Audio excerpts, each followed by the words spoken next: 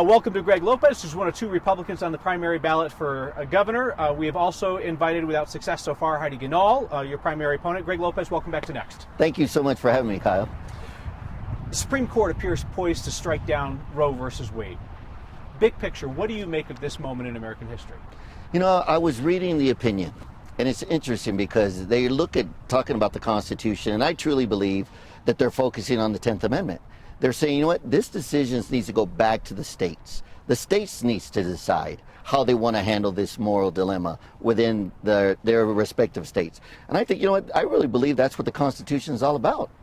What then should Colorado do? Well, I think Colorado's already made a kind of their decision. If you notice, they passed a bill during the legislature. There was a lot of discussion about that, you know, and how they should move forward. I think right now the legislature has already set the foundation for where Colorado's going to go. As a matter of fact, I think there's people already kind of planning for an influx of new people coming into the state because of what the decision of the Supreme Court may bring. And what do you think about that? You know, I think it's going to be a very challenging time for the state of Colorado and across the nation. Because as you know, abortion's always been one of those moral dilemmas that people struggle with. What is the right thing to do? You know, and so I think we're going to find out what America's truly all about as we have this discussion into the future. What is the right thing for Colorado to do moving forward? Not what's been done, but what you as governor would think would be the right thing to do. You know, I think the best thing to do is listen to the people, right? We need to go out there and talk to the people. You know, I think right now the legislature has made a decision, but I'm not so sure that they really have their hand on the pulse of the people. I think we need to have some real conversation about what this all means. Would you like to see a statewide referendum, a vote on access to abortion? You know, I would like to see a statewide conversation. You know, I don't know right now if we should do a referendum or not. I think first we need to have a conversation and make sure that we, the pastors and people, community leaders, stakeholders, that we have a very good, robust conversation before we decide what we're going to do to move forward. And that's what I'm going to be as governor. You know, I want to govern with a steady and measured hand. I think that's what people expect from their governor. Your primary opponent, Heidi Ganahl, says that the recent law passed by Democrats, signed into law by the Democratic governor, putting abortion rights in state law, that must be undone. Do you agree that must be undone? Here's my concern with that law, and I do believe that we need to undo it, but here's why. It says that there is no life in the womb of a female, and I think that's wrong. I think we need to acknowledge, I have 2 children, you have 2 children. I think we need to acknowledge that life does exist in the womb. And when I read that language, it gives me really pause for concern as to, did we lose our moral compass here in Colorado? And I think that's really the question that people are asking themselves. 2 Republicans you know well, Pat Neville and Dave Williams, both introduced abortion bans at the state legislature this year. Both were defeated by the Democratic majorities up there. But in a future session, if Republicans held the majority and they brought an abortion ban to you as governor, would you sign it? You know, I think what we would do, right? Legislation, if they pass it on both the House and the Senate, depending on the language. You know, it's kind of interesting to try to look into the future. The language of the legislation is what the governor needs to look at. Because, again, the most powerful people in government are not the elected officials, are the bureaucrats, on how they interpret the language of the legislative bill. So I would have to read the bill very carefully, but as it pertains to if they passed it, of course, there's something I need to consider to sign, and odds are I would sign it. You would sign an abortion ban? Okay. You have said specifically on this issue that you are pro-life without exceptions for rape and incest and life or health of the mother. Additionally, in 1993, you were arrested for violently assaulting your then pregnant wife. Some people might see those 2 things at odds, but they both involve you exerting control over a woman's body. Is that what Coloradans want from their governor? Well, first of all, it wasn't a violent situation. If you go back and look... You were arrested for assault. We were both arrested for assault. Both of us. And okay. One of you was pregnant. So again, the question is, do Coloradans want somebody who has a history both in word and in physical Let me tell you this, Kyle. Of controlling the bodies of women? Here's the thing. There's only been one perfect man that's ever walked this earth, and we nailed him to the cross. I'm not a perfect man. I've made my mistakes, but I've learned from them. And I think most people learn from their mistakes. And I think really that's what people want to hear, is that you learn from your mistakes and you lead by example. And I think the people that I've talked to throughout the state of Colorado, they understand that. You don't see it as an issue of control over women's bodies? No, I do not. Okay, so either the assault on your wife or the fact that I don't understand how you connect those things. Okay. Republicans nationwide have been able to make some inroads with Latinos, most recently in Virginia. I know that that's been a focus of your campaigns. Is that something that you think that you alone can accomplish, or could any Republican candidate for governor make inroads in minority communities? Well, I can tell you this. I'm one of them. I understand their culture. I understand how they think. They're conservatives. They truly believe in family. They believe in hard work. They believe in making sure their children have a good education. And they don't like government to interfere in their lives. I know that community. I've been in it for the last 20 some odd years. As the president of the Denver Hispanic Chamber of Commerce, I truly understand the importance of small business and how they're looking at society.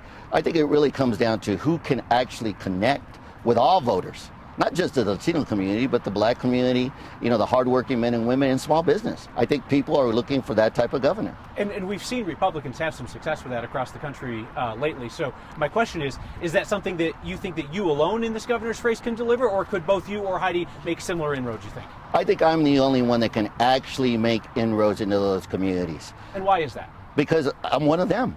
Look, human nature always looks for people that we have something in common. I'm bilingual. I understand. I'll be at the Cinco de Mayo festival. I'll be there with them. And this is what people want. They want a governor that they feel truly understands their challenges. What do you think is within the control of the governor when it comes to inflation? Well, when you look at inflation, right, we need to look at what are some of the legislation that's being passed. Here we have the ability to do more gas and oil, do our own gasoline. But really what you need to do is have a governor that's outspoken about this, that's talking about it. It's interesting to me that sometimes the legislation, and maybe it's because we're in an election cycle, right? He's pretty crafty on how he changes his message. And so I think that there is a lot of things that the governor can do. For example, not charge sales tax to the small business communities. Allow the small business and consumers to keep more of their money. Because right now, it seems like they're struggling on figuring out how much they're going to spend of all this money that they receive from the federal government. So let's not continue to charge a sales tax to the small business owners. Let's explore that. So you'd be talking about a permanent suspension, a moratorium for some amount of time, and then how would you make up the revenue for all the things that sales tax fund? We don't need to make up any of the revenue. Look, 30% of the budget is fraud, waste, and abuse. You know that, and I know that. A lot of these programs aren't moving the needle. They're not really helping the lives of people. The quality of life of people here in the state of Colorado is not getting better. You talk to them and you ask them, is your quality of life better today than it was 4 years ago? And the answer is no, it's not.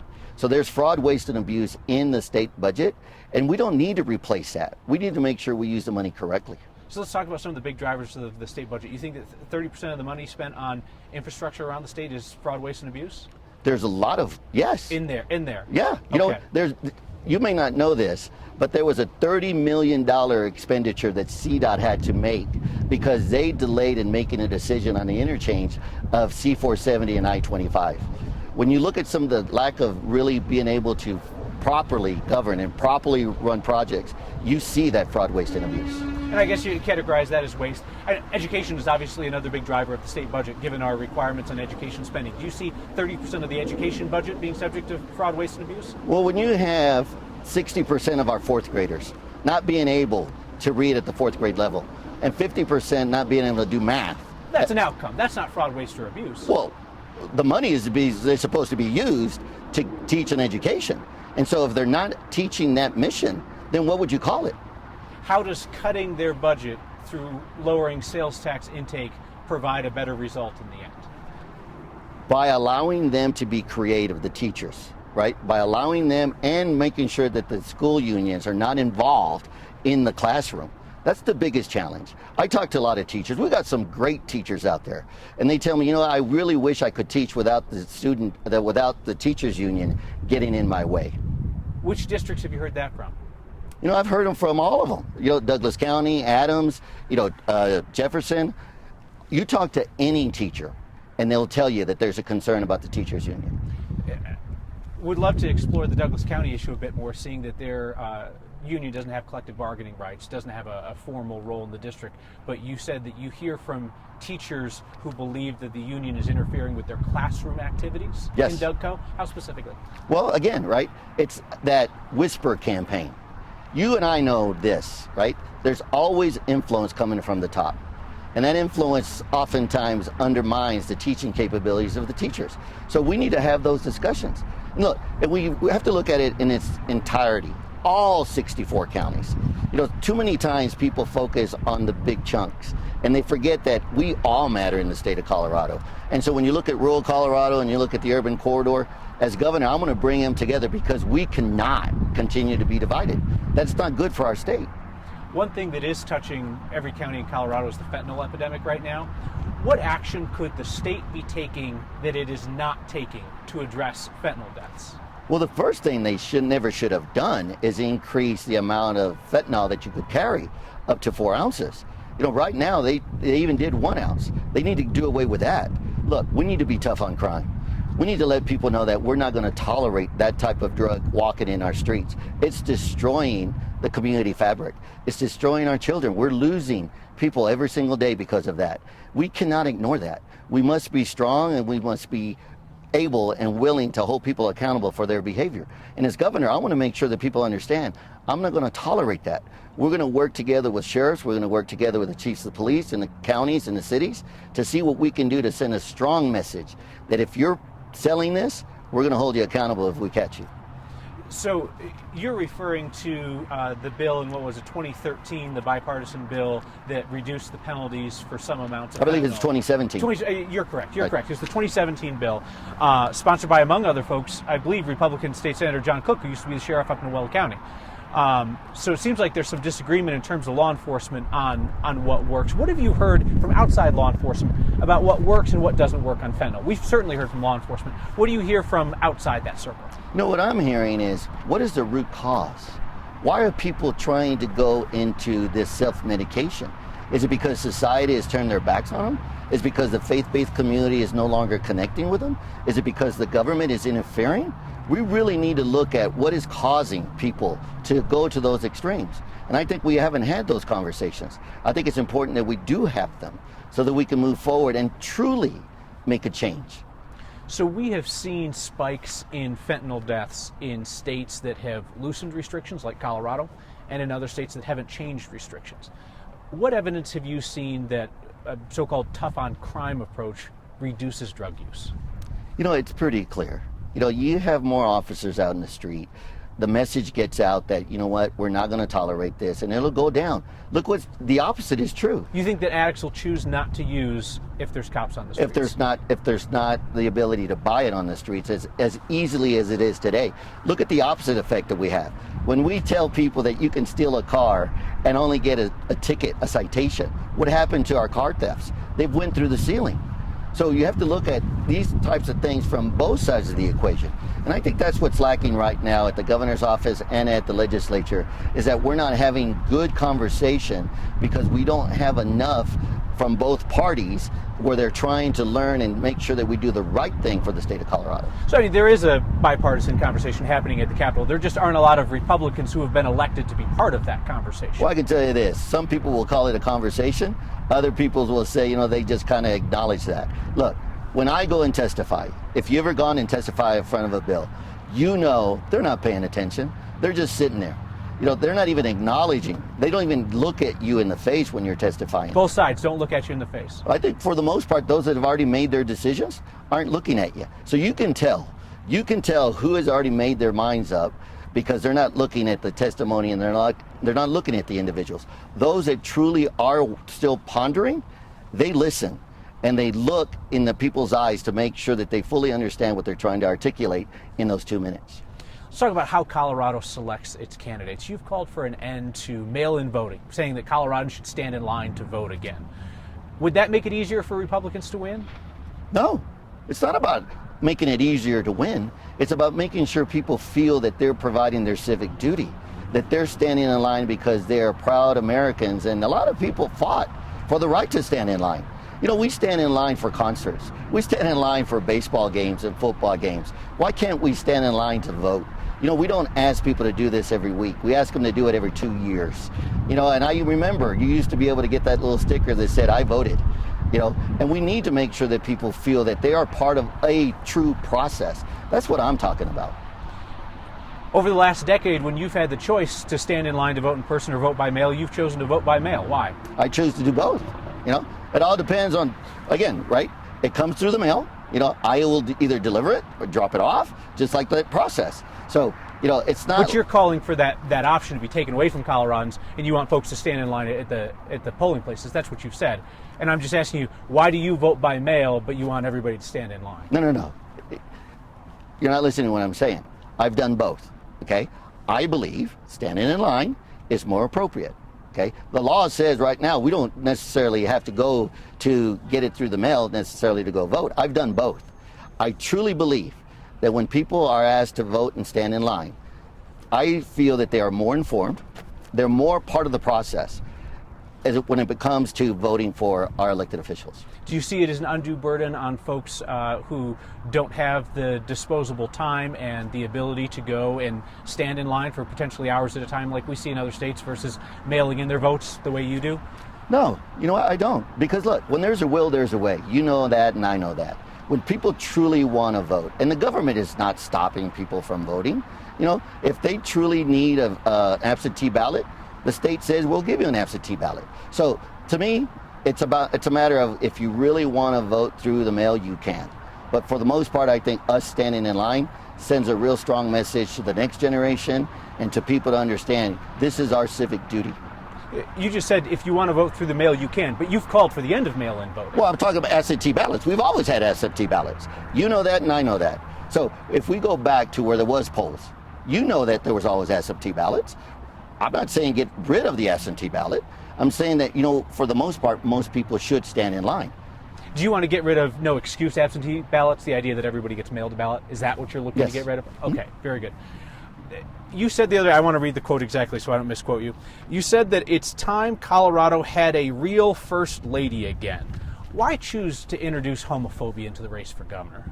It's interesting that you would even mention that word because I didn't use it. I don't know how you connected my words to that sentiment. And that's the problem, I think, a lot with our society. What did you mean by have a real first lady again? I love my wife. We've been married 34 years. The First Lady is going to work very hard on the issues that pertain to women and children. She's going to be a strong voice, a strong advocate for our kids and women's issues. That's what I meant about it. For people to twist my words, I find it very interesting that in society today, they're always looking to figure out how to make people look like something that they're not. I think that there's a chance that you think that I and the folks watching are dumber than we are. Because I think everybody knew what you were saying, and the crowd that clapped for you knew what you were saying. And I'm asking you, why introduce that into the race? You've got plenty of other critiques of the governor, other than the fact that he's a gay man. Why do that? I didn't. See, here's the thing, right? I'm talking about my wife. I'm talking about the First Lady, okay? Now, here's the thing. You look at the titles, First Lady, First Gentleman. These are just titles, okay? I'm a man married to a female. She would be the First Lady. Why is it that people want to twist that? Why would you try to mislead the audience on what it is that I said? I don't even think you can keep a straight face as you say that. Would you have an issue with Heidi Ganahl's husband being the first gentleman? No. So it's just the gay guy? No. You're not understanding the system. Okay. Right? If you look at it, right? First gentleman, right? And the governor being a female. That's the title. Let me ask you something. If I wasn't married and I had a girlfriend, you're welcome to invite me on your show anytime. No, this is my show where I invite you on and ask you questions. No, but I'm trying to get so again, you're saying clarity. When you made this comment about Colorado needing a real first lady, this is simply about you want a female in that role as opposed to a male. I'm talking about having a female that's going to focus on women issues and children's issues. That's what I'm talking about. Sure. And if your primary opponent, Heidi Ganahl, is elected, why shouldn't her husband, as first gentleman, be able to focus on whatever he chooses? I'm not saying he can't. I'm talking about my wife. I'm talking about my First Lady. Gotcha. What's the most important thing that you want to talk about that we haven't brought up? I think the most important thing that I want to talk about is that it's about all of us, not just some of us. We got to stop this divisiveness. We got to stop this kind of conversation that we're having just now. Let's talk about the facts. Let's talk about what's really important for Colorado, because that's what I'm going to do. It's about all of us, not just some of us. And we must be here to make sure that we can make Colorado a state that we can all be proud of. That's what I want to talk about. Very last question for you. Republicans and those unaffiliated voters who choose to participate in your primary have to make a choice. Presumably, they're choosing somebody that they think is best positioned to beat Governor Polis in the general election. Why is that you and not your opponent? I think because, you know what, I have a true governing experience. You know, I come from humble beginnings. I don't come from money. I don't come from a great education, but I do come from a great God. And I just want to do is help people. I want to make sure that everybody has the ability to start from the same starting line, and everybody has the ability to achieve whatever dream they want to achieve without any obstacles in their ways. I think that's what people are looking for in the governor here in Colorado. Greg Lopez, one of 2 Republicans running for governor in Colorado, the only one so far to accept our invitation to come in and take questions. I appreciate your time and look forward to talking with you again. Same here. Thank you, Kyle.